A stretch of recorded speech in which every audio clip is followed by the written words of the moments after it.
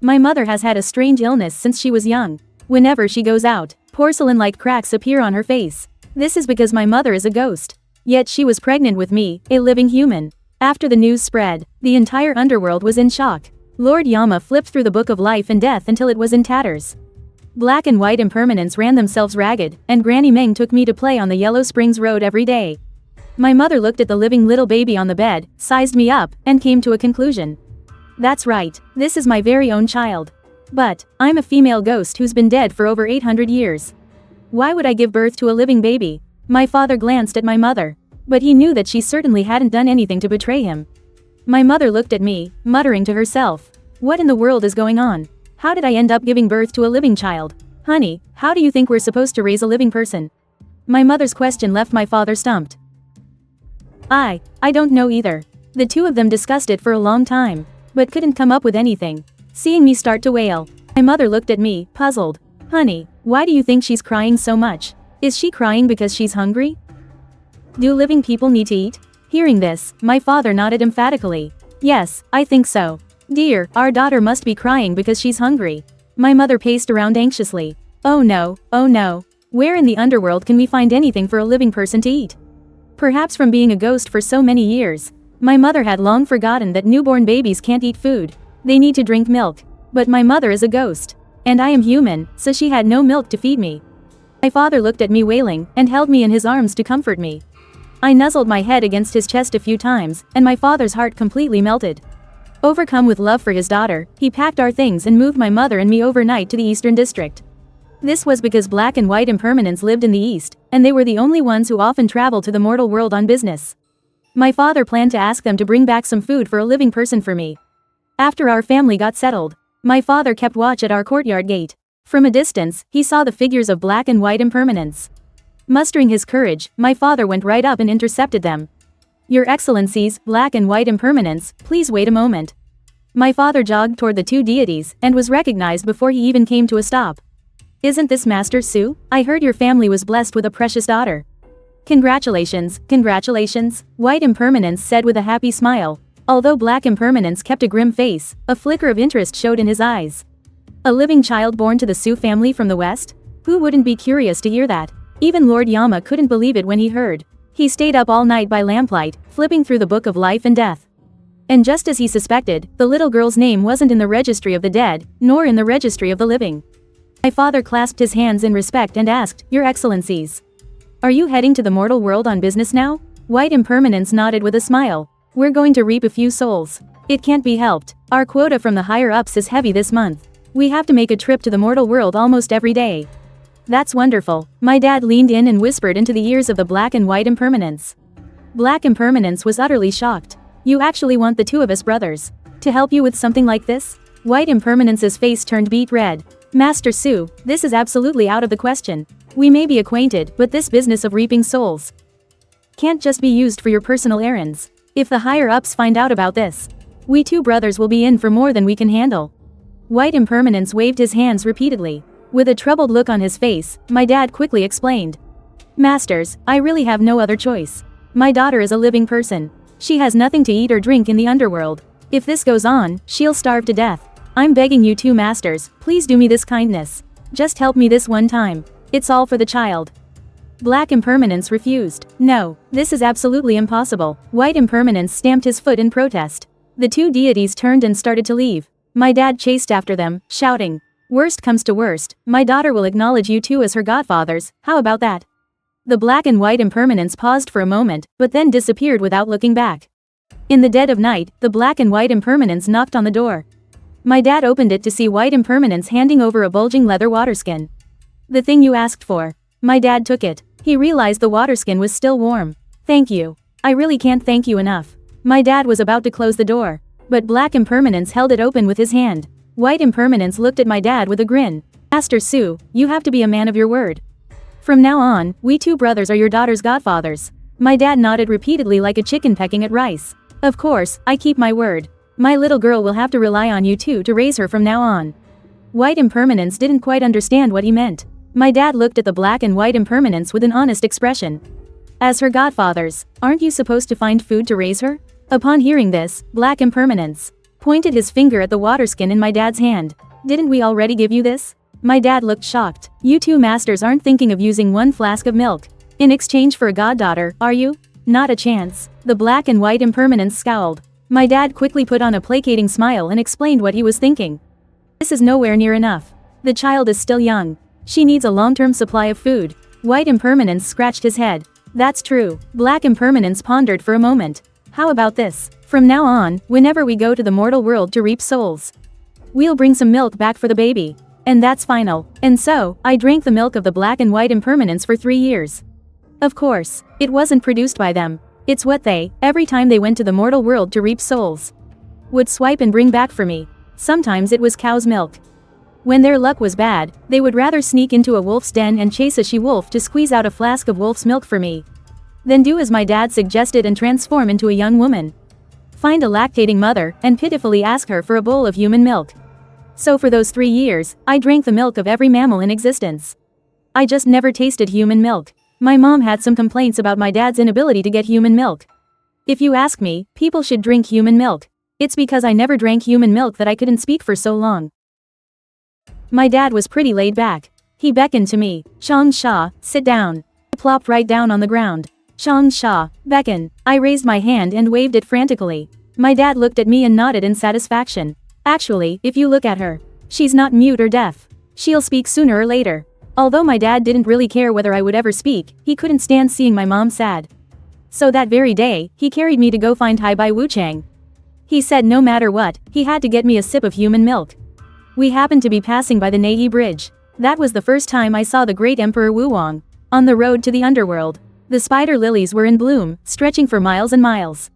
It was a boundless sea of them. He was just leaning casually against the side of the bridge. Reaching out, he picked a wildly blooming flower. I thought about the past. I had rolled around on the road to the underworld hundreds of times, but I'd never realized the spider lilies were so beautiful. My dad walked faster and faster, and the person by the bridge grew smaller and smaller. Just as I was about to lose sight of him, I got anxious. Pointing at the great Emperor Wu Wang, I spoke the first words of my life. Beautiful man. My dad followed my pointing hand with his eyes. Silly girl, that's the great Emperor Wu Wang. He's a man. Wait a minute. My little Chang Sha can talk. Later, I came to find out that this great Emperor Wu Wang, more beautiful than any spider lily, was actually even more formidable than the 10 Yama kings. He ruled the entire underworld. He was the true lord of the netherworld. He was also an existence that nobodies like us could never hope to touch in our entire lifetime. Until 2 years later, on the road to the underworld, I met the great Emperor Wu Wang again. Without a word, he lifted me up in front of him. What is this thing? I felt like he had just found an unfamiliar toy, curiously turning it over and over in his hands. He all but flipped me upside down to inspect the soles of my feet. I am Su Jun's precious daughter, Su Chang Sha. At that time, although I was already 5 years old, I was a late talker, so whenever I managed to speak a long sentence, I would always receive a ton of praise. So after I finished speaking, I eagerly waited for the great Emperor Wu Wang's compliment. Who knew his eyes would be filled with nothing but disgust? They actually gave you such a tacky name. I didn't know what tacky meant, but I was a sharp kid, and I could tell from his tone of voice that it definitely wasn't anything nice. So I got angry too. I struggled with all my might, trying to break free from his grasp. You can't say bad things about my dad, not even if you're handsome. But my struggles were useless. He held me steadily in the air, studying me carefully for a long while. Then, he spoke with great pity. What a shame to have been raised this long for nothing. I didn't understand what he meant. Just as I was about to ask him, he let out a soft sigh. After casually tossing me aside, he simply strolled away. My 2 godfathers raised me well. That toss of his, my small, round body flattened a thick layer of red spider lilies. I was trapped in the pile of flowers. I couldn't get up for a moment. From the Neiyi Bridge, Granny Meng's pained voice called out. Oh, my dear little Changxia. Did you get hurt? Let Granny give you a hug. Hey, little Changxia, Granny is coming right now. Granny Meng rushed towards me. She reached out and picked me up. As she walked, she said, Little Changxia, that man just now is the lord of our underworld. He's the most powerful in our underworld. And the one you absolutely must not provoke, the great Emperor Wu Wang. I repeated Granny Meng's words. The great Emperor Wu Wang? That's right. He is the great Emperor Wu Wang. If you ever see him in the future, you must take a detour. I nodded in agreement. Next time I see him, I will take a detour. Such a good little Changxia. Now, tell Granny, what did the great Emperor Wu Wang say to you just now? I thought for a moment. I could only remember one thing. He said, raising you this big was all for nothing. Granny Meng suddenly stopped in her tracks. Forgetting about the souls waiting for soup on the Nei Bridge, she turned and headed for my home. When my mother heard this, she was so frightened she collapsed on the ground. When my father heard this, his legs trembled with fear. In the end, it was Granny Meng who took charge. Let's go find black and white impermanence. My mom and dad thought Granny Meng was right. The three of them picked me up and ran off without even closing the door. My two godfathers were very happy to see me, but after seeing the three adults rushing in, their smiles instantly vanished. Seeing this, Black Impermanence quickly asked, "What's wrong with you all? What happened? Why are you in such a hurry? It's not good. Something terrible has happened." Granny Meng leaned in close to Black and White Impermanence and whispered the story to them again. Black Impermanence's gaze sharpened. Even White Impermanence, who was always smiling, had his expression instantly turn cold. Granny Meng stroked her chin and speculated, "Do you think maybe the Emperor just said it casually?" My mother also ventured a guess. Could he have been teasing a child? White Impermanence shook his head. The great Emperor Wuwang would never speak carelessly. How could he possibly be teasing a child? What a joke. The group shook their heads in unison. My mother also felt that the Emperor definitely wouldn't tease a child. She looked at everyone in a panic. Since the Emperor said such a thing, he must have seen something. Black Impermanence's brow furrowed tightly as he fell into deep thought. Seeing that everyone was clueless, White Impermanence slapped his thigh. "Why don't we go ask the King of Hell?" The group acted immediately, disappearing like the wind. I had just dug up a small, round pebble from the ground and was about to put it in my mouth to taste it. Suddenly, White Impermanence, who had turned back, scooped me up. He slung me over his shoulder and carried me away. They were looking for King Qingwang. He is the King of Hell who governs our area. When I was first born, he flipped through the Book of Life and Death all night but couldn't figure out where I came from or where I was meant to go. "This is a little hard to understand," the King of Hell murmured, stroking his beard. He paced anxiously back and forth in the Great Hall. White Impermanence, getting anxious as well, began to follow the king's pacing. "Lord Yan Wang, if even you can't figure out the Emperor's meaning, then we're completely at a loss." Seeing that no one could figure it out, Black Impermanence offered an idea. "Lord Yan Wang, why don't you go and ask the Emperor yourself?" The King of Hell looked alarmed. "Is the Emperor someone you can see just whenever you please? But isn't that why we came to you, because it's so hard to see him?" Exactly. How would a group of lowly spirits like us dare to seek out the great Emperor Wuwang? But you are different, Lord Yan Wang. You are a person of status. Right. Even the great Emperor Wuwang would surely show deference to you. My mom and dad were in the hall, pleading with the king back and forth. But I was just happily playing by the door. After a great deal of debate and wrangling, they finally decided to have my dad go and see the great Emperor Wuwang. After all, since I'm my dad's daughter, for him to go and see the Emperor. The reasoning was sound. As for his status, well, an ordinary spirit is certainly not qualified to request an audience with the Emperor. So, the King of Hell would have to make the introduction. And so, my dad left with the King of Hell. He didn't come home until late the next night. It's said that after he came out from seeing the great Emperor Wuwang, he sat alone at the foot of Mount Edu for a whole day and night before coming home. My mom was at home, worried sick. When she saw my dad return, she asked eagerly, "So, what in the world did Emperor Wuwang mean?" My dad waved his hand dismissively and said with a smile, "It's nothing. He just said that our daughter is already at this age. And yet she doesn't have a shred of cultivation. That she's kind of wasting her time." My mom was shocked. But our Chang Sha is only 5 years old. Besides, she's still a living human. Who's ever heard of a 5-year-old person starting cultivation? Even for ghosts, they have to wait until they're around 10. My dad went along with my mom, saying, "I know, right? But Emperor Wuwang said that our Chang Sha is exceptionally gifted, and that we shouldn't let such great talent go to waste." When my mom heard the Emperor praise me, she was honestly happier than if she'd been praised herself. I always said my daughter is the smartest kid in the entire underworld.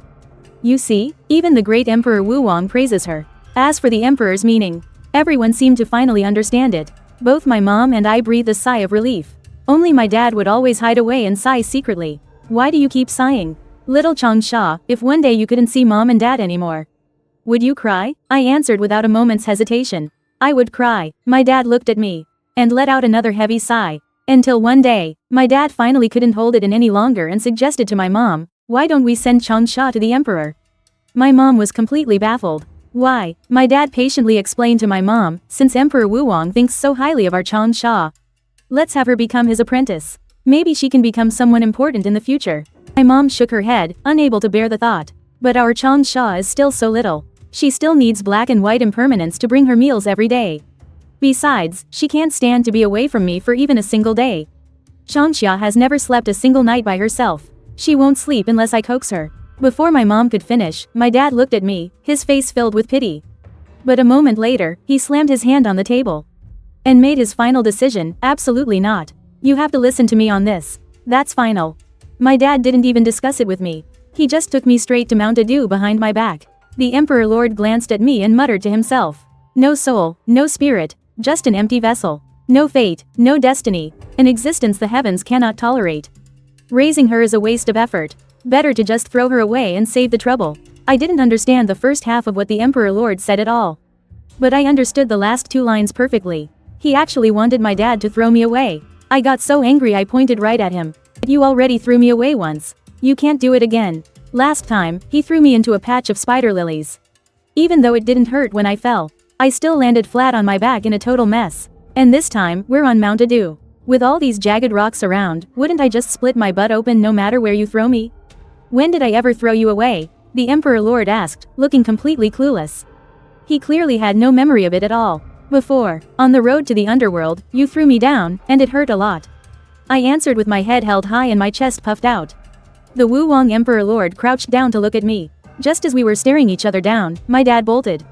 Hey, the Wu Wang Emperor Lord reached out and poked my cheek. I glared at him, my cheeks puffed up. Why are you poking my face? The Wu Wang Emperor Lord pointed into the distance. Your dad ran off. Your dad doesn't want you anymore. I whipped my head around to look for my dad. There really wasn't a trace of him. My dad? I turned back to ask the Wu Wang Emperor Lord, but found that he had vanished too. The Emperor Lord? But there was nothing but swirling mist in the air, not a single other stir. I thought about what my dad had told me on the way here. Xiangxia, Dad's taking you to Mount Yingdu to have fun. There's endless delicious food there. Once you've eaten until you can't eat anymore, Dad will come pick you up. I tilted my head back to look at the summit, at the majestic mountain. The gorgeous pavilions, and more importantly, it's full of yummy food inside. Just thinking about all that tasty food made my eyes sparkle. Well, I guess I'll stay for a few days, then. I grabbed onto the rocks and started climbing up. The higher I climbed, the harder the wind howled. I climbed from dawn until dark. Climbed until I was completely exhausted, and the gate was right in front of me. Just as I was about to crawl over and knock, the great doors opened on their own. A pair of black boots with a gold cloud pattern appeared in front of me. I looked up, and the Emperor Lord's face was dazzlingly handsome. With his hands tucked in his sleeves, he crouched down to look at me. He had a very puzzled expression. You little glutton, you and I are actually bound by fate? I had no idea what he meant by bound by fate. And I didn't care what it was, either. I just wanted to know what the Emperor Lord was having for dinner. After living on Mount Edu for more than 10 years, the Sovereign Lord told me. You are the only person in all of history who, without my permission, still managed to climb all the way to the Grand Hall. I looked at him, confused. If you weren't going to allow me into the hall back then, why didn't you just send me away? As the boss of the underworld, getting rid of a 5-year-old child should have been easy, right? Why did you keep me here, crying for my mother night after night without stopping? The Sovereign Lord rested his chin on his hand. Because I couldn't figure it out. Just what kind of fated connection exists between you and me? I thought back on all the torment I had endured on Mount Edu these past 10+ years. And couldn't help but let out a deep sigh. It's all my own doing, isn't it? If I had known then, I never would have climbed up here. Back then, just for a mouthful of food. At only 5 years old, I somehow climbed halfway up the mountain. Who knew that the first thing I would have to do after getting here was practice ascetic fasting? I burst into tears right on the spot. I was kicking myself, just as I was secretly reminiscing about all that food. Feiyu's cold voice came from behind me. You seem to be enjoying your leisure. Although Feiyu is an official of the underworld, he is also a high immortal. He is also the master the Sovereign Lord found to teach me. I still remember when I was 7 years old. It was the last time the Sovereign Lord picked me up off his bed. His tone was ice cold. From today on, you must sleep by yourself. It won't matter how much you scream and cry. I collapsed at his door, crying and shouting. In the past, he would always sigh and open the door, but this time, even after I cried my voice hoarse, he didn't give in. He only offered me one sentence: men and women must maintain a proper distance. You cannot live with me. I asked the Sovereign Lord. What's a man? And how big is the men and women house? The Sovereign Lord found me illiterate, but he didn't have the patience to teach me himself. That day, Feiyu happened to come looking for him to play chess and drank a cup of tea that I had poured. And just like that, the Sovereign Lord roped him into becoming my master. Turned to look at my master's dark expression and then remembered I had forgotten to go to my morning lesson again today. The Sovereign Lord quietly tugged on my sleeve from behind. Your master is angry. I shrank back and whispered, I can see that. Because I had skipped class so many times, Master said he was going to punish me severely this time. To make sure I learned my lesson. First, I received 3 hard strikes on the palm of my hand. And then I was sentenced to copy the mind-calming incantation 100 times. I rolled up my sleeves and cursed the Sovereign Lord as I wrote. That's because the mind-calming incantation was just something the great Emperor Wuan casually made up on a whim years ago. He wrote it casually, but future generations have to spit blood memorizing it, and I'm getting cramps from copying it. I deliberately wrote a little slower, because when noon arrived, even if I wasn't finished, the Sovereign Lord would come and take me away. Because I still had to go soak in the cold pool. And sure enough, just as I expected, right on time, the Sovereign Lord came to get me. When I left with the Sovereign Lord, I had only copied the mind-calming incantation 3 times. Master told me to finish it tonight and bring it to morning class tomorrow. Hearing this made me miserable, so I glanced up at the Sovereign Lord, giving him a hint. The Sovereign Lord got the message. In my opinion, this should be enough. Copying any more would be pointless. Master looked at the Sovereign Lord, confused. Why? The Sovereign Lord casually made up an excuse. Because if she sleeps too late at night, she won't grow taller. After Dejun finished speaking, he took me by the hand and led me away. My master stomped his foot in anger, pointing at our retreating backs and scolding. Xie Wuwang, she's nearly as tall as you. What do you mean, still growing? I think you're just spoiling her.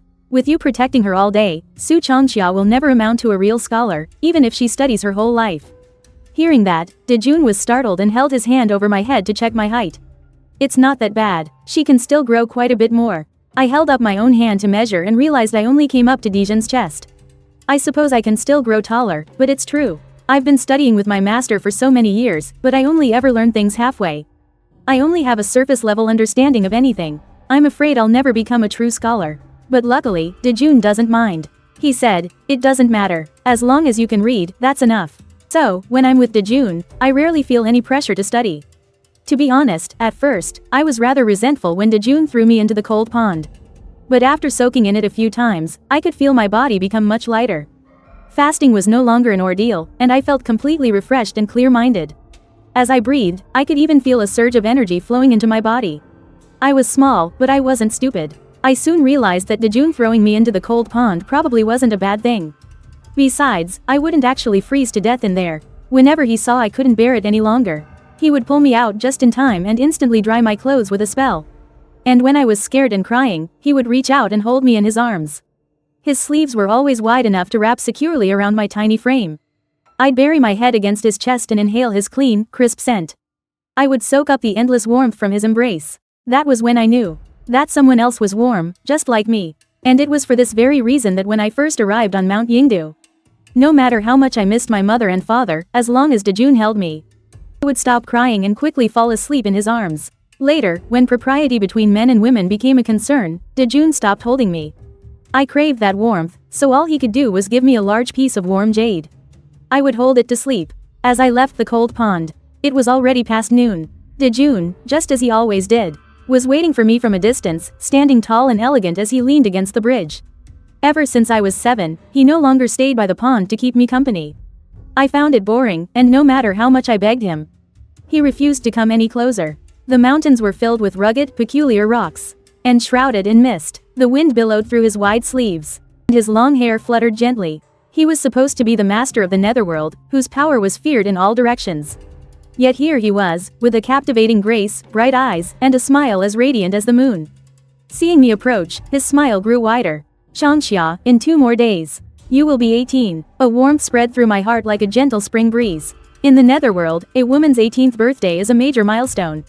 It marks the day you become an adult. That's right. For my 18th birthday, what will you give me, Dejun? I skipped happily towards Dejun. The birthday gifts he gives me every year. Master said they are all exceptionally rare treasures. Dejun took my hand, holding it gently. After a moment, my palm felt warm and steady. What will I give you? I'll send you home. After I heard that, I was filled with joy and started packing up the whole room.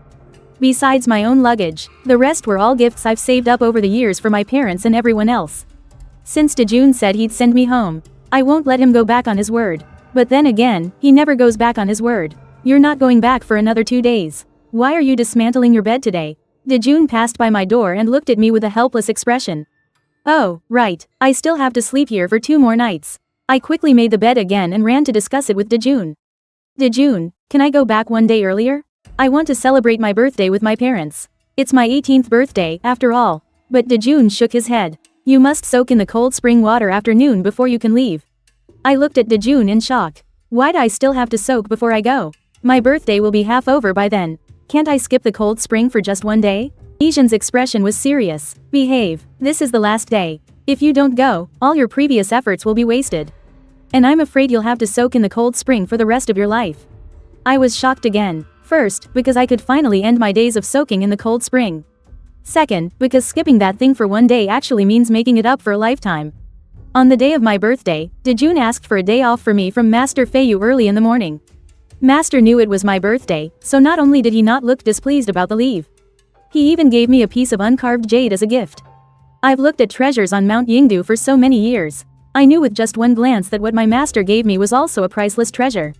Dejun was with me, looking at the treasures I've collected over the years, when suddenly the cry of a white crane came from outside.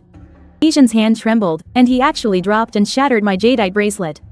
Dejun? It was as if Dejun didn't hear my voice. He left behind an afterimage and vanished completely. Did something happen? I had never seen Dejun leave in such a hurry, nor had the white cranes of the netherworld ever cried so anxiously and mournfully. I rushed outside and looked around several times, but I couldn't see anything unusual. Never mind, he'll be back before noon anyway. But time ticked by, and noon was fast approaching. But there was no sign of Dejun. He would never delay my soaking in the cold spring. Especially since today is the last day, and he promised to send me home after I finished. Unable to wait for Dejun, I was sick with anxiety. Afraid of being late for my soak, I really didn't want all my past efforts to go to waste. So, I tried to recall the route and estimated the time. I decided not to wait anymore. I could make it by noon if I walked there myself. Although the path was rugged and difficult, luckily, I had set out early. I arrived just in time. After getting close to the cold spring, the waterfall roared behind me, but my heart couldn't find a moment of peace. What on earth did Dejun go to do? He must have encountered something very important. Otherwise, he would never miss something so important to me. This is the last time in my life I'll soak in the cold spring water. I was filled with anxiety and worry. Sure enough, when I emerged from the cold spring, the bridge in the distance was deserted. There was no one to warm my hands today. The Emperor Lord still hadn't returned. I was getting really worried. Could he have run into some trouble? But then again, in all of heaven and earth, who would dare to cause him trouble? I hurried back to the main hall and looked all around. There was no sign of the Emperor Lord's return. I was just about to go out and search for him, when the Emperor Lord drifted back. Emperor Lord, you're finally back. The Emperor Lord's figure slowly descended. As the clouds and mist around him dissipated, I could finally see clearly. He was holding a woman in a purple dress. Whose spirit was this? Ever since I was a child, I played by Granny Meng's side at the Bridge of Oblivion and frolicked on the Yellow Springs Road. I've seen every kind of spirit there is, but this one was clearly about to dissipate. The Emperor Lord moved with extreme care, as if afraid of disturbing the woman with her eyes closed in his arms. Suddenly, a lump formed in my throat, and for a moment, I couldn't speak. Shang Sha, quickly, let me borrow your soul-gathering cauldron. The Emperor Lord walked right past me, with no time to spare. He seemed so worried that something would happen to the spirit in his arms. I didn't dare to delay. I rushed to my room to get it. It was a gift he had given me to play with.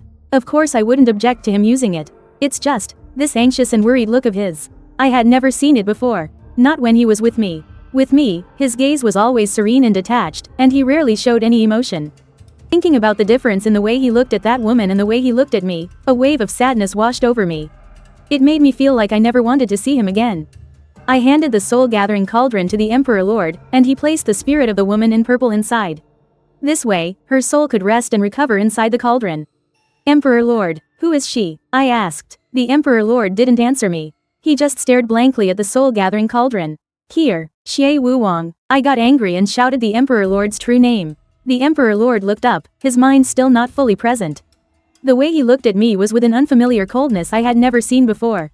My heart suddenly began to race. I couldn't help but take 2 steps back. The Emperor Lord's expression returned to normal, but his eyes held a hint of displeasure. Do not call me by my true name again. I nodded angrily. Forgive my rudeness. I used to bicker with him all the time, and I'd often get so mad I'd call him by his full name. He never once reprimanded me for it so seriously. That just made me even angrier. I don't care who that girl is. I'm not the least bit curious. Besides, I have to go home for my birthday. But it seemed the Emperor Lord had completely forgotten about taking me home. Holding the soul-gathering cauldron, he headed toward the spirit spring. I was so filled with resentment that I stubbornly refused to call out to him. I just stood there until his figure disappeared completely. But I'm just a mere mortal. How could I possibly get home without the Emperor Lord to guide me? I couldn't stop the tears from falling. Today is my special day. He clearly promised he would take me home. My parents must be so sad, too. We've been separated for over 10 years. And it's so hard for us to even see each other. I really want to go home. I hate the Imperial Lord. I was lying in bed. I cried myself to sleep. When I opened my eyes again, there was no magnificent canopy above my head, only simple, old wooden planks. I was lying on a small, hard wooden bed. It was so strange, a feeling both unfamiliar and familiar. If you're awake, you should get up. That wooden bed will make your body ache if you lie on it for too long. The sound of pages turning rustled through the room, accompanied by the Imperial Lord's unique scent. I snapped fully awake, scrambling up to look around the room. It was small, and very familiar. On the small couch by the window, sure enough, the Imperial Lord was reclining and reading a book. I'm home. I jumped off the bed, looking left and right. This is my home. I'm home. Imperial Lord, did you bring me back? The Imperial Lord sat up straight and put down his book. No, you sleepwalked and brought me to your home. Wow, I'm pretty impressive then. As I spoke, my parents' voices came from the courtyard, and I rushed out without a second thought. Mom, I haven't seen you in over 10 years. I was shocked. My parents had become so short. Chang Sha, Mom's little Chang Sha. Did you sleep well? We saw the Imperial Lord carrying you back earlier. It scared your father so much he nearly collapsed. He thought something had happened to you. My mom held on to me, looking me over and over carefully, as if she was afraid to miss a single spot. My dad put down what he was holding and also came over to circle around me. Oh my little Chang Sha has grown so tall. When the Imperial Lord was carrying you, I didn't notice, but now that you're standing up, you're even a little taller than your mom. Our courtyard was bustling with excitement. Hai Bai Wu Chang and Granny Meng also rushed over, and they all started showering me with praise. It was all about how tall and beautiful I'd become. As we were all having a rare, happy gathering in the courtyard, the Imperial Lord walked out with his arms crossed. Seeing the Imperial Lord, everyone quickly knelt down. The Imperial Lord waved his hand, telling everyone there was no need for such formalities. Today is Chang Sha's coming-of-age ceremony. Chang Sha is the most important one here. You all need not be so formal. 18-year-old me spent the very best birthday with my family. I thought reuniting with my family was the Imperial Lord's birthday gift to me, but I didn't expect that on our way back. The Imperial Lord took a bone whistle from his robes and handed it to me. This whistle can summon spectral envoys. From now on, if you need anything, you can command anyone in the underworld. I looked at the bone whistle in disbelief. Anyone in the underworld? Does that include Lord Yama, too? I was utterly shocked. Imperial Lord, I can command King Yama? Then wouldn't that make me even more powerful than King Yama? Don't you like it? I love it. I quickly put the bone whistle away safely, afraid he might change his mind. Seeing as the Imperial Lord had given me a gift, I decided to forgive him for not letting me spend the night at home. We returned to Mount Edu that very night. I thought of that woman in purple the Emperor brought back during the day, so I went and asked him. How is that young lady? The Emperor's expression was indifferent. She's still being nurtured in the soul-gathering cauldron. Once her soul is fully formed, I'll hand her over to Meng Po to be sent for reincarnation. I was a little confused. Didn't you seem to care a great deal for her before, my lord? Aren't you going to keep her here? From the way the Emperor acted, the two of them were clearly acquainted. So why send her to be reincarnated? The Emperor shook his head. His expression still impassive. A departed soul. What's the point of keeping her? Oh, it's nothing. I just thought she was important to you, so you would let her stay. When the Emperor heard me say this, he paused for a moment, as if remembering something. His tone was resigned. Fei Yu got the wrong person. I almost made the same mistake myself. When I went to the spirit spring to wash the mortal dust from her. Only then did I see she wasn't the one I was looking for. So that was it. I had always known that every year, on the 7th day of the 7th month, the Emperor would go to the Yellow Springs Road and wait for a long time. All to wait for an old acquaintance. It was only today that I learned. This old acquaintance was a woman. I remembered how the Emperor had called out, earlier today. If this were any other year, I would have certainly been curious about who the Emperor was waiting for. And why this person he waited for had yet to arrive. But today, I felt incredibly sad and bitter about it. Annoyed, I slammed my room door shut. What kind of amazing person was she that he felt he had to wait, no matter what?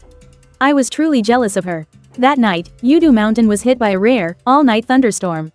In fact, for the entire underworld, thunder was an extremely rare event. For me, thunder and lightning were things I had only ever read about in books. I had never encountered real lightning in my entire life. So, it was perfectly normal that I was terrified. I hid under my quilt, calling for the Emperor. But I received no response. I blew the bone whistle. But not a single underworld messenger appeared. Could the great Lord Emperor have given me a fake? A bolt of lightning flashed down, brilliantly illuminating the entire room. I was simply too afraid. Wrapping the quilt around me, I decided to go find the Emperor. But I discovered my door wouldn't open, no matter what I did. I then tried the window. As I expected, it was also sealed shut. Someone had clearly placed a barrier. The instant the lightning flashed, a cluster of runes suddenly appeared on my body. After the lightning faded, the runes disappeared as well. After this happened several times, I discovered that my entire body, from head to toe, was actually covered in runes. They were being drawn out by the lightning. I didn't dare touch anything. I scrambled back to my bed in a panic. If a barrier was placed on the room, why were there so many runes on my body? I had only ever seen runes like these in the Emperor's personal journals. Could it be that this lightning was aimed at me? My master once said, "For those who defy the heavenly Tao, the Tao will strike them down with lightning." Devoid of a true soul, just an empty vessel. Without fate or destiny, an existence heaven cannot tolerate. It's a waste of effort to keep it. Better to just throw it away. A sealed memory was suddenly unlocked. I felt like I finally understood the words the Emperor had spoken that day. So this was why my father sent me to Mount Yingdu. My very existence is not tolerated by the heavenly Tao. He found the Emperor simply to beg for a way for me to live. Lightning struck violently all night, yet my room and I were left completely unscathed. I didn't even have to think to know this was all the Emperor Lord's doing. He knew all along that I would be struck by lightning. I didn't sleep a wink, just tossed and turned in my bed the entire night. Finally, when a moment of peace arrived, I looked out the window at the first light of dawn. In the end, I couldn't hold back any longer and got up. I ran straight for the Emperor Lord's chambers. I pounded on the door desperately, but for the longest time, it didn't open. Emperor Lord, open the door. I refused to believe he could sleep through all that commotion. I knocked several more times. The door finally opened. The Emperor Lord let out a yawn. He was leaning against the doorframe, arms crossed, with his eyes closed. There's no morning lesson today. You don't have to be up so early. I saw that the Emperor Lord's face was pale, completely drained of color. It was obvious he hadn't slept well either. He even looked as if he was hurt. Emperor Lord, what's wrong with you? I'm fine. I couldn't help but ask him, those bolts of heavenly lightning, they were meant for me, weren't they? The Emperor Lord lowered his gaze to look at me. Chang Sha, you're overthinking things. What makes you think you're that important? The Emperor Lord's voice was very weak as he spoke, and a fine sheen of sweat covered his forehead. If they weren't aimed at me, then why did you put a protective ward around my room? Lightning is indiscriminate. I was afraid you'd be hurt by accident. If the lightning wasn't for me, then a ward around the room should have been enough, right? So why did you also have to draw so many runes on my body? The Emperor Lord just stared at me, stunned. He was silent for a long, long time. I held his gaze. His expression was so complex I couldn't decipher it at all, like shock mixed with joy. Like doubt mixed with certainty. Emperor Lord? I reached out to wave my hand in front of his eyes, but he grabbed it and held it tight. The runes you mentioned, were they this kind? Seeing the pattern of the rune the Emperor Lord conjured out of thin air, I nodded.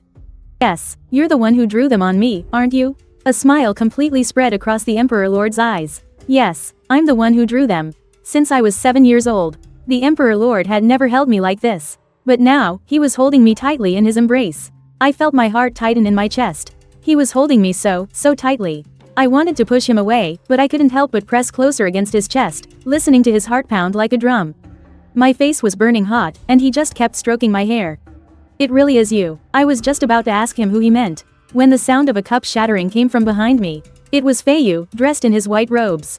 He was standing frozen under a tree. Seeing that Feiyu had come to deliver medicine, was how I finally knew. The Emperor Lord had spent all of last night shielding me from the lightning. The Emperor Lord told me to go make some tea, but I was worried about his condition. So I hid by the door to eavesdrop. I know what you're like. Since you've raised this child, I knew you wouldn't just leave her to fend for herself. But you saw the heavenly punishment last night. It was 100 times more powerful than either of us predicted. Before Feiyu could even finish, the Emperor Lord cut in. And so what if it was? But this is only the first time. The heavenly Tao has already injured you this badly. Dejun is just being stubborn. It was a moment of carelessness. I heard Feiyu sigh. How could I not have seen it? Just when did you develop these feelings for her? My heart suddenly skipped a beat. Is Master talking about Dejun and me? Hearing the words, these feelings. My mind was suddenly filled with images of Dejun holding me. My face was burning up. Why get hung up on this? But after all, you raised her yourself. How could you be so beastly? Dejun calmly uttered the word Fei Yu couldn't say. I don't know how long they talked. I just sat at the door, lost in a daze. It wasn't until Fei Yu opened the door and came out that I snapped back to my senses. Fei Yu looked back at me, his eyes filled with an indescribable helplessness. Master. Fei Yu didn't respond. He left with a flick of his sleeve. Dejun came out after him. He leaned against the door, looked at me, and smiled. The spider lilies bloom 7, long summer. Do you want to go see them with me? I was taken aback. The spider lilies have never withered before. Perhaps I was dazed for too long. I was suddenly scooped up by Dejun. He supported my shoulder with one hand, and with the other, gently tucked my stray hair behind my ear. Just consider it accompanying me for a trip. Dejun took my hand, a warm strength transmitting from his palm. I couldn't help but smile, pressing my lips together. After I turned 7, he had always pulled me by the wrist through my sleeve. It was as if Dejun had eyes on the back of his head. Without turning back, he asked, "What are you smiling about?" A sudden impulse surged within me. I really wanted to ask him what kind of feelings he had developed for me. I followed behind him, looking at his long, silk-like hair and the pale red of his earlobes. Even the way the ribbon tying his hair fluttered as he walked was intoxicating. The question was on the tip of my tongue, but I pushed it back down the moment he looked back. His eyes were full of expression, and I understood all the tenderness within them. By the Yellow Springs Road, in a boundless sea of flowers, Dejun and I strolled hand in hand. Dejun, do you still remember 13 years ago, when you were staring blankly here, and I was rolling around on the roadside? I was rolling, and then I was picked up by Dejun. A hint of a smile appeared on Dejun's lips. I remember. You flattened all the flowers. I pressed him. That day, were you also waiting for that person? After asking this, my heart began to pound erratically. I had actually heard about it long ago, that the great Emperor Wuwang was waiting for an old friend. Year after year, Dejun pinched my cheek, then unreservedly lifted my chin to meet my gaze. She was the one who promised me that she would definitely come back to find me, to watch the spider lilies bloom with me. I felt a bit heartbroken. I wanted to ask what his relationship with that person was, but my throat felt like it was stuffed with cotton, and I couldn't speak at all. Dejun smiled, as if he had seen right through my thoughts. Give me your hand. I didn't understand why, but I still placed my hand in his, feeling the searing heat from his palm. The runes on my body reappeared.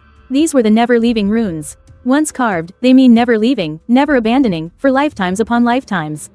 Even after enduring countless reincarnations, they would never fade away. You're finally back, Yunqi. The runes swirled around my body, instantly glowing with a brilliant light. The man before me suddenly took on a different aura. He was still the sovereign lord. Yet his image was of someone smiling under a tree, holding a flower, a beauty that could overwhelm the world. I suddenly remembered the words we spoke while holding hands. The spider lilies blooming on the Yellow Springs Road. That is the most beautiful sight in the world. Then why haven't these flowers bloomed yet? They bloom for 1,000 years. For them to bloom here again, we must wait another 1,000 years. Wait 1,000 years? Wuwang, who could possibly wait that long? The brilliant light faded. My mind became completely clear. As I looked at the sovereign lord again, my heart trembled so violently I could barely control myself. I fought to suppress the longing that was about to erupt. I slowly asked him, Wuwang, you actually waited for me for 3,000 years? But his response was a reckless, all-consuming kiss with a crisp, clear fragrance. The moment it landed, the surging spider lilies all around us seemed to freeze. His lips were slightly cool, carrying the crispness of snow and mist from the mountain peaks. I froze in place, even my fingertips trembling slightly. I don't know how much time passed before he slowly pulled away. I could see the swirling red in the depths of his eyes, an obsession forged from 3,000 years of waiting.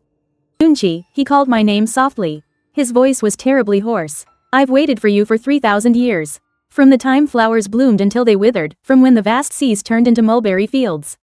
I finally waited until you returned, Yunqi. That name exploded in my mind. I remembered Kunlun Shu from 3,000 years ago. The mountains and fields were covered in brilliantly blooming peach blossoms. I was wearing a green dress, chasing a nine-tailed fox through the peach forest when I crashed into the arms of a young man in a black robe.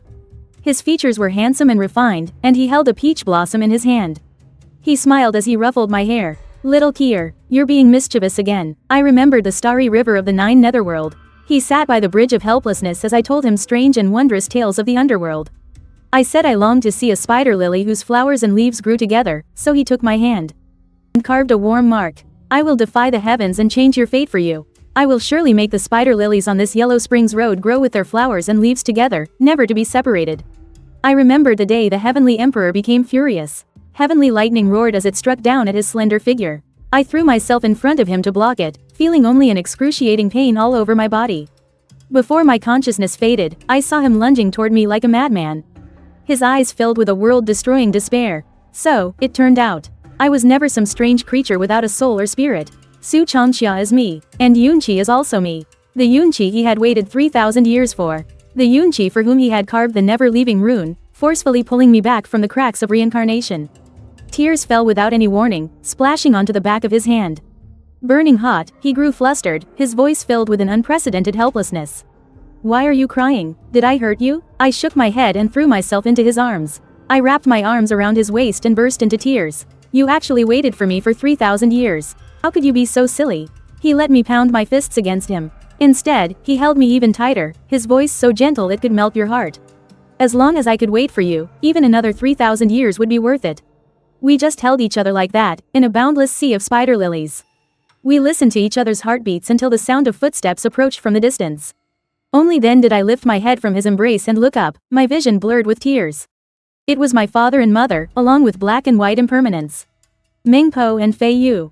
They were standing not far away, with knowing smiles on their faces. My mother covered her mouth, her eyes welling up. My father stood with his hands behind his back, the corners of his mouth turned up high. Black and white impermanence were huddled together, whispering. Ming Po was still holding a bowl of soup, but she seemed to have forgotten what she was meant to be serving. Fei Yu stood at the very edge, dressed in a white robe. He looked at us with a complicated expression, and in the end, just let out a soft sigh.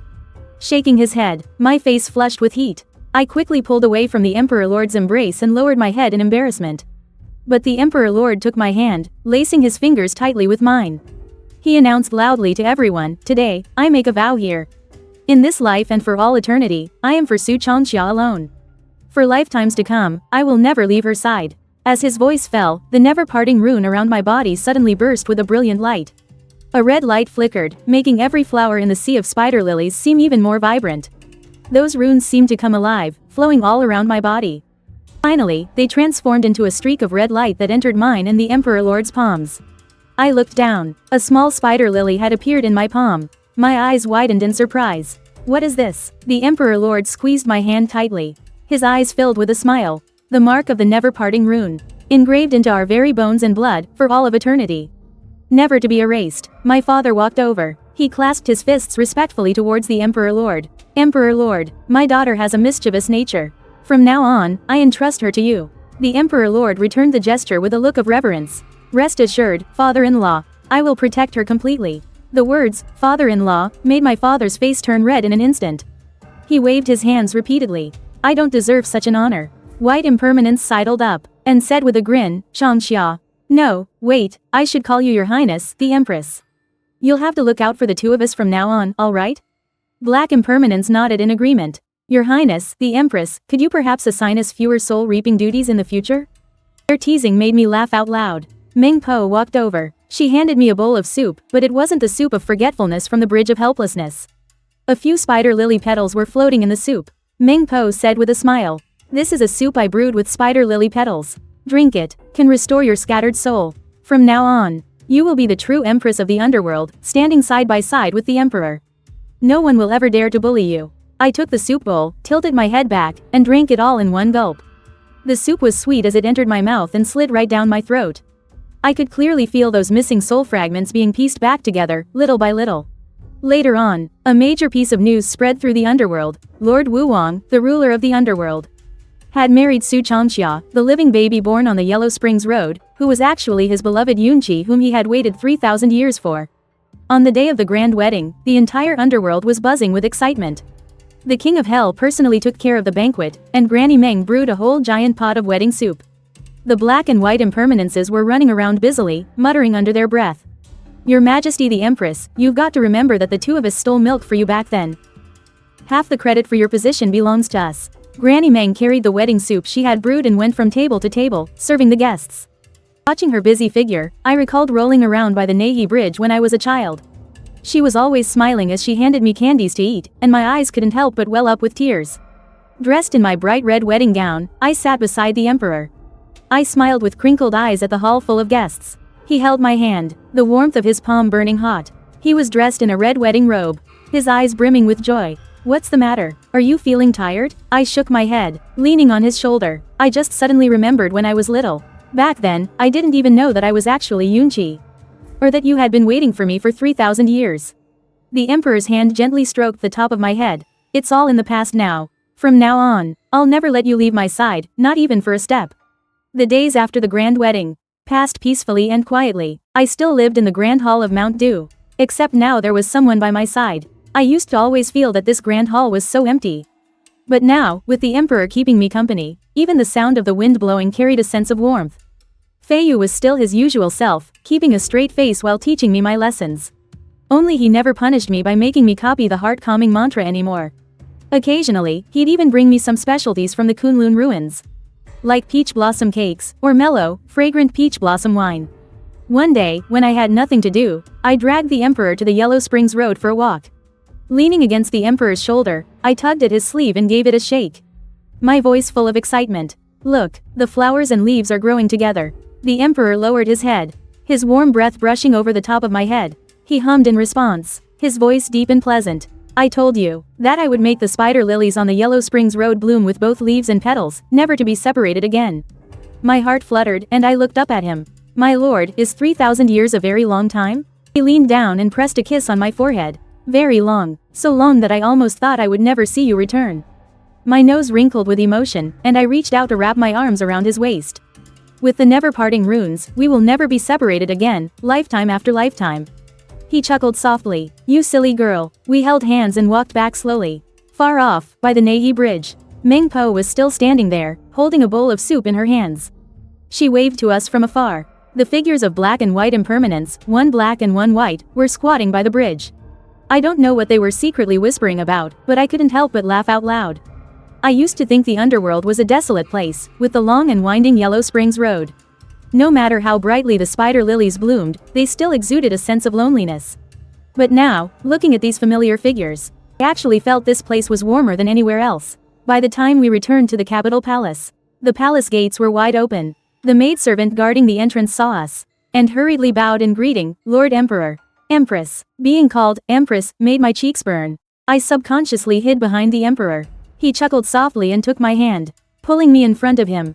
He said to the maidservant, prepare some food. Black and white impermanence and Meng Po will be over later. Yes, the maidservant acknowledged and withdrew. I tugged on his sleeve and whispered. How did you know they were coming? He raised an eyebrow at me. Have you forgotten? White impermanence has been asking to try your peach blossom cakes for the past few days. A few days ago, I followed Master Feiyu to learn how to make the peach blossom cakes of Kunlun ruins, and I struggled with it for half the day. The cakes I ended up making were so sickeningly sweet that even I couldn't eat them. I didn't expect white impermanence to still remember. And sure enough, not long after we sat down, we heard a noisy commotion from outside the hall. First, the figures of black and white impermanence, one black and one white, darted inside. White impermanence was even carrying a jar of wine. Your Highness the Empress, where are my peach blossom cakes? Black impermanence followed behind him, looking a bit reserved and uncomfortable. I suppose now that my status is different, they don't dare to be as informal as they used to be. I couldn't help but smile. They're still in the kitchen. They're very sweet, so don't you complain that they're sickening. White impermanence waved his hands repeatedly. Not sickening, not sickening. Even if what your Highness the Empress makes is sickeningly sweet, I can still eat it. Just as he said that, Meng Po also walked in slowly, carrying a food box in her hands. When she saw me, the wrinkles on her face smoothed out, and she smiled kindly. Chang Sha, my girl, this old lady brought you some freshly brewed soup. It's good for your health. I quickly got up to greet her. Granny Meng, please sit. The Emperor watched our lively scene. With a constant smile on his lips. Black and white impermanence opened the wine jar. The aroma of wine filled the air. Meng Po opened the food box. Inside was a bowl of clear soup with a few spider lily petals floating in it. This soup was just brewed with spider lilies. Your soul has just been made whole again. So drinking this is perfect for you. I picked up the soup bowl, tilted my head back, and drank it all in one go.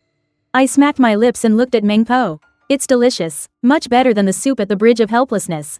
My words made Meng Po laugh out loud. Of course, this is a soup I specially brewed for you. Outsiders can't drink it, you know. As we were talking, footsteps were heard again from outside the hall. This time, it was Feiyu who came in. He was wearing that white robe of his. His expression was as cold as ever, but he couldn't hide the softness in his eyes. Master. I quickly stood up and bowed.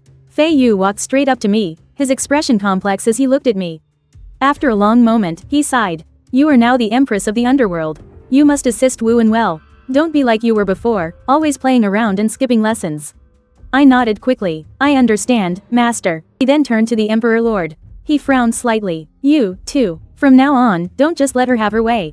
The aftershocks from the heavenly Tao have not yet settled. You too must be extra careful. The Emperor Lord nodded. I know. I used to think Master Fei Yu was extremely strict. He would punish me by making me copy the purification spell for the slightest thing.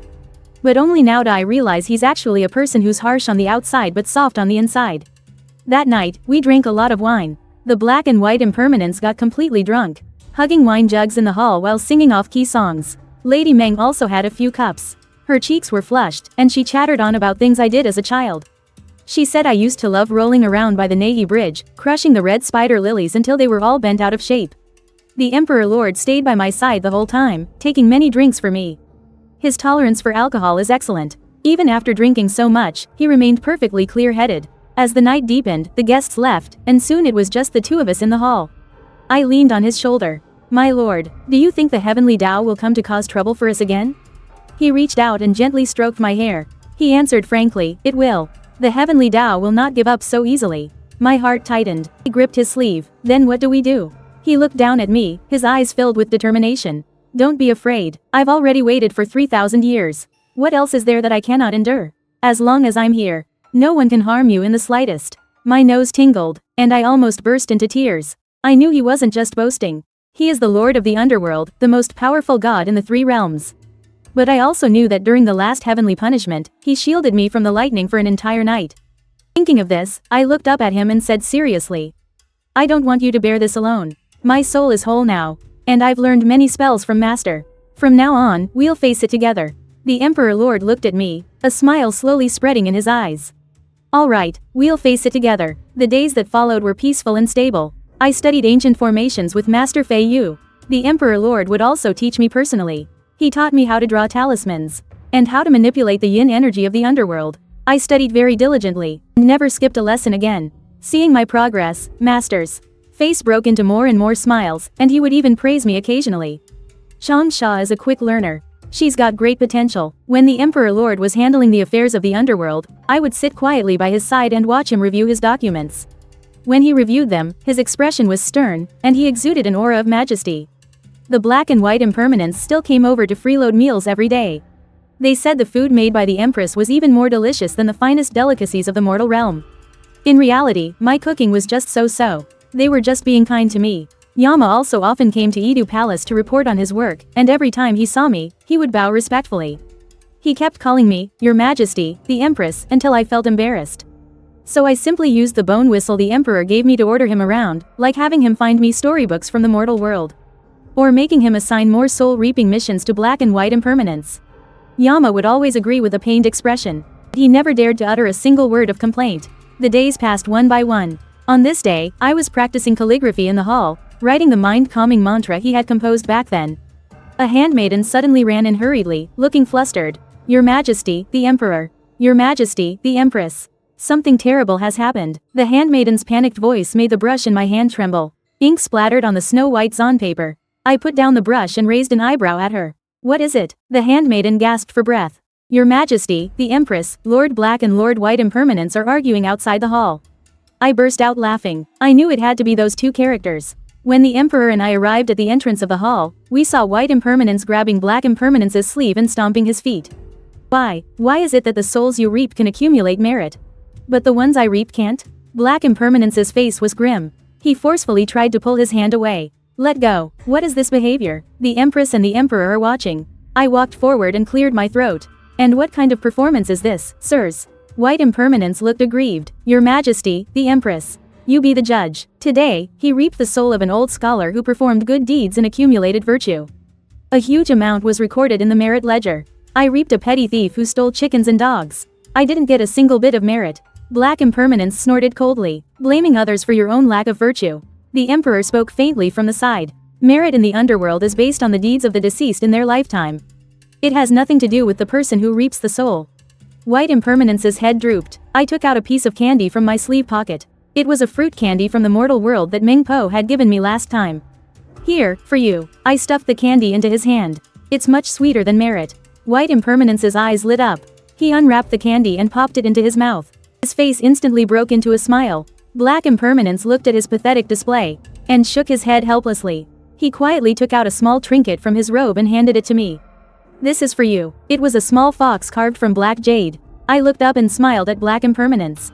Thank you, Godfather. Sometimes I would miss my parents, and the Emperor would take me back to the small courtyard in the east. When my parents saw me, they couldn't stop smiling. My mother would hold my hand and chatter on, asking if I was eating well and sleeping soundly. My father, meanwhile, would pull the Emperor into the courtyard for a game of chess. My mother secretly told me, Changxia, the Emperor is a good boy. He's just a bit too cold. You must treat him well.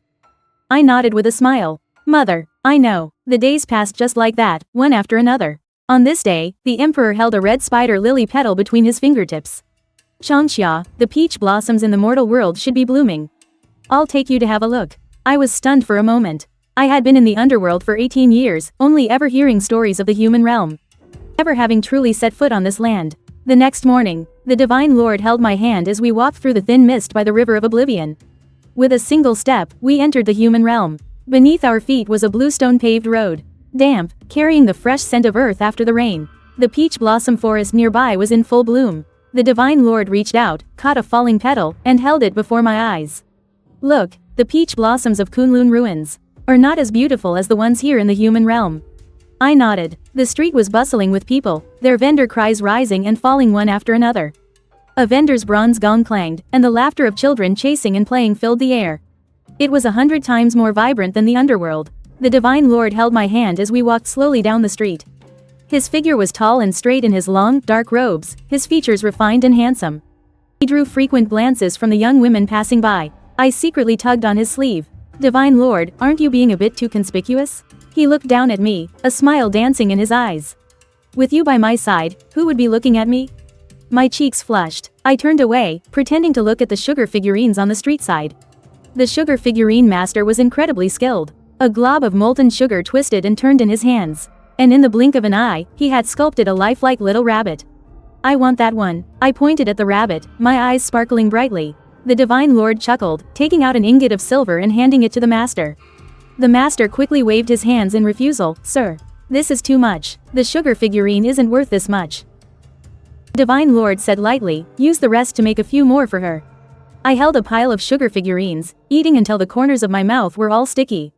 The Divine Lord took a handkerchief from his sleeve and gently wiped the sugar from the corners of my mouth. His movements were unbelievably gentle. An older woman passing by laughed and teased. What a loving young couple. You're a lucky girl. I blushed. We continued strolling until noon. My stomach was growling with hunger, so the Divine Lord led me into a small tavern by the street. We found a seat by the window, and a waiter quickly came over to set out bowls and chopsticks.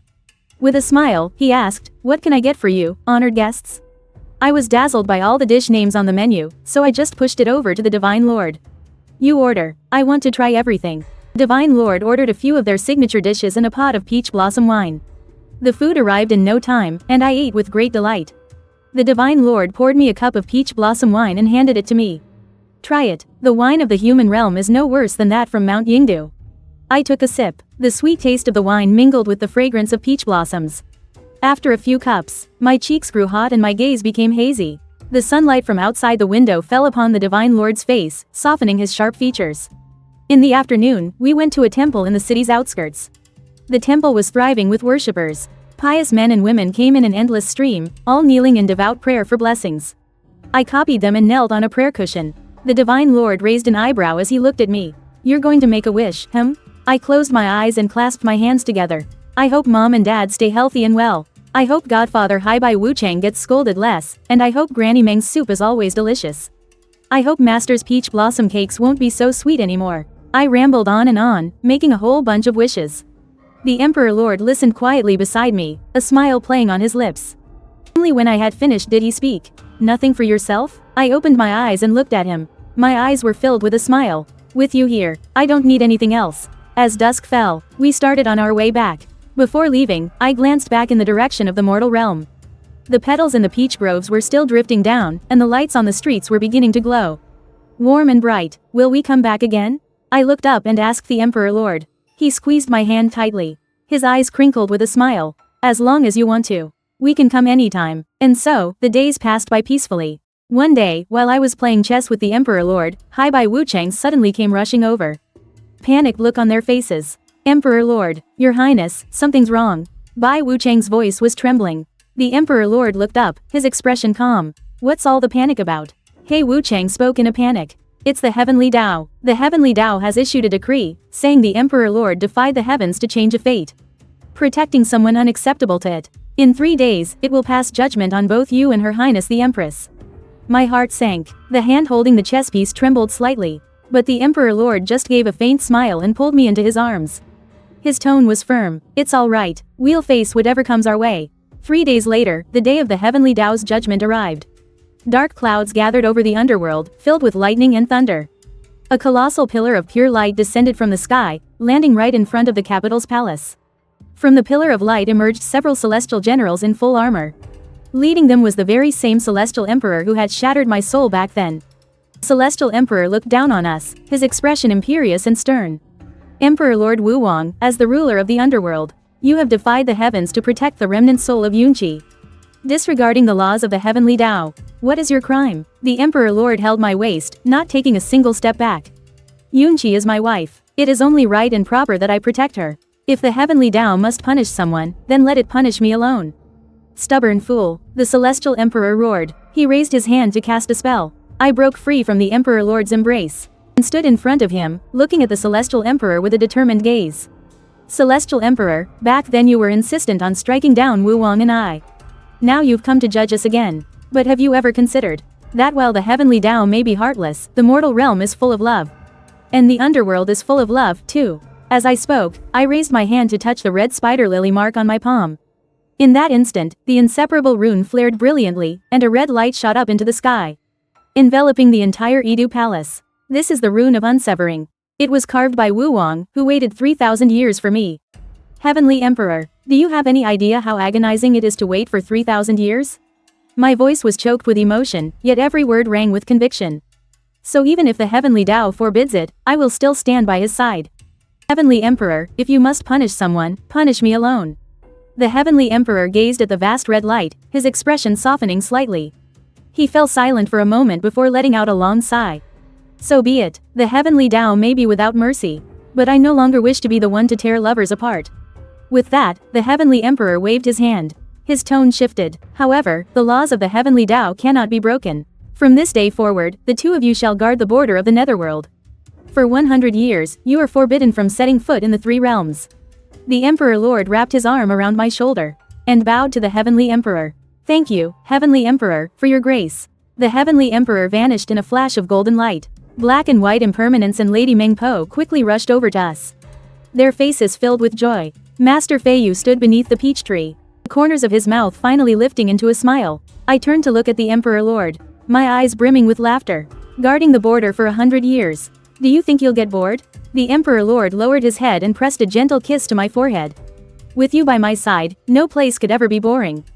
3 days later, we packed our belongings and set off for the border of the Netherworld. Life at the border was far more pleasant than I ever imagined.